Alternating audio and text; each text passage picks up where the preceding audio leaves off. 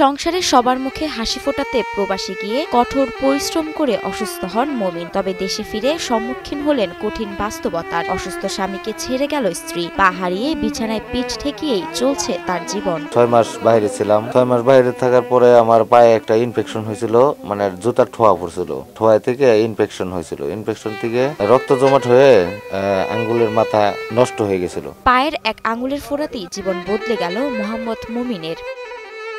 যেই থমকে গেছে পা, তেমনি হাত ছেড়ে দিয়েছেন মমিনের প্রাণ প্রিয় স্ত্রী। যে সময়ে মমিনের ঢাল হয়ে দাঁড়ানোর কথা তার স্ত্রীর, সে সময় এমন কঠিন পরিস্থিতিতে ফেলে গেছে তার পাষণ্ড স্ত্রী। 10 বছর বউ সংসার করলো, এই বউ দেখে গেল। 6 মাসের মধ্যে আমার ওয়াইফ আমার সাথে আছিল 3 মাস। 3 মাস আছিল। 3 মাস পরে মানে এখন আমার তো পায়ের সমস্যা, কামাই করতে পারি না, মানে চলতে পারি না।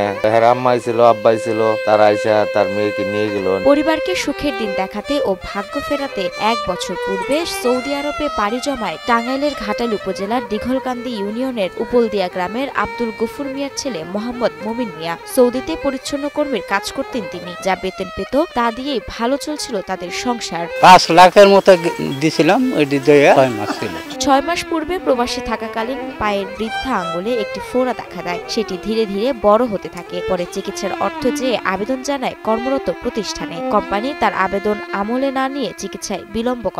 ডাক্তারের কথা ছিল প্রতিদিন ড্রেসিং করতে হবে, কিন্তু কোম্পানি আমারে 3 দিন 5 দিন 8 দিন পর পর ড্রেসিং করবার নিয়ে গেছে। এক পর্যায়ে অবস্থার অবনতি হলে চিকিৎসা করানো হয়। ততক্ষণে অনেক দেরি হয়ে যায়। কেটে ফেলতে হয় মুমিনের পায়ের আঙুল। 6 মাস পরে এটা আঙ্গুলের মধ্যে একটা ফোঁটা আসা, ফোঁটার থেকে পাও কাটা, ওই দেশেই পাও কাটা দিচ্ছে। সৌদি আরবে আমার চিকিৎসা করার পরে আমার আঙ্গুলের মাথাটা কাইটা ফেলায়। একদিকে কাটা পা, অন্যদিকে কর্মক্ষম হয়ে পড়ায় এক প্রকার অসহায় হয়ে দেশে চলে আসেন তিনি। দেশের একটি হাসপাতালে চিকিৎসা নিয়ে জানতে পারেন ক্যান্সার বাসা বেঁধেছে তার পায়ে। দেশের বাড়ি অটো চালাইতো ব্যাগটা বেচা কিনে নিয়ে তাদের বিদেশ গেছে ইনকাতি কইরা, তখন পায়ে হয়েছে ইনফেকশন হয়েছে, পরে পাও কাইটা ফেলাইছে। এরই মাঝে অসুস্থ স্বামীর বিরুদ্ধে নানা অভিযোগ তুলে বিয়ের কাবিনের মহারানা 2 লাখ টাকা দাবি করে ইউনিয়ন পরিষদে অভিযোগ দিয়েছেন মুমিনের স্ত্রীর পরিবার। আগে টাকা পয়সা দাও, তারপর ডিভোর্স দেবো। আমি বললাম টাকা পয়সা পাবো কোনো, আমি টাকা পয়সা তো আমার কাছে নাই।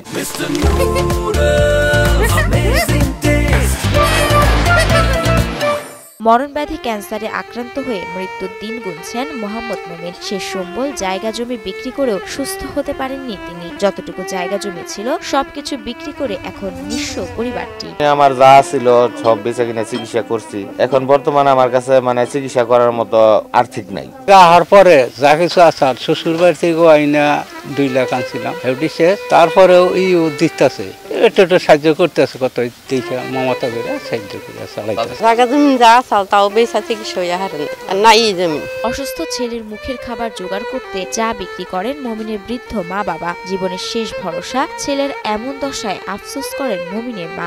ছেলেরা যে কামে ফিরে নিয়ে আমার দুঃখ তো লাগে, একটা সন্তান আর তো নাই যে আরেকটার বাসায় থাকুন। এখন বয়স হয়ে গেছে, বৃদ্ধ মানুষ, কোনো কাজ কাম করতে পারে না। এলাকার জনগণ সবাই মিলা সামান্য কিছু টাকা পয়সা উঠাইয়া ওরা দিছিল। এখন একটা চার দোকান দিছে, আর এই মনে করেন ওই আবিজাবি কিছু বেচে আর কি দোকানে, সামান্য অল্প পয়সার মাধ্যমে। এদিকে মুমিনকে সুস্থ করতে সামর্থ্য অনুযায়ী সকলের সহযোগিতা করছেন। তবে এ সাহায্য যথেষ্ট নয় বলেও জানান স্থানীয় ইউপি সদস্য। ওদের যে সমস্যা আমরা সবাই মিলে সহযোগিতা করছি, আর যে সহযোগিতা করছি ওইটুকু হয় না, কারণ ওদের অনেক টাকার দরকার। মুমিনের এ পর্যন্ত চিকিৎসায় ব্যয় হয়েছে 3 লাখ টাকা। উন্নত চিকিৎসার জন্য প্রয়োজন আরো 5 লাখ টাকা। তাই সরকার, বিত্তবান ও প্রবাসীদের কাছে সাহায্যের আকুতি জানান মুমিনের পরিবার ও এলাকাবাসী। যদি আমার সরকার, প্রবাসী ভাইয়েরা যদি হেল্প করে তাহলে আমি চিকিৎসা করতে পারবো। কারো কাছে কম সহযোগিতা করুন, তাছাড়া আমি পোলা বাঁচাবার পাইতেছি না।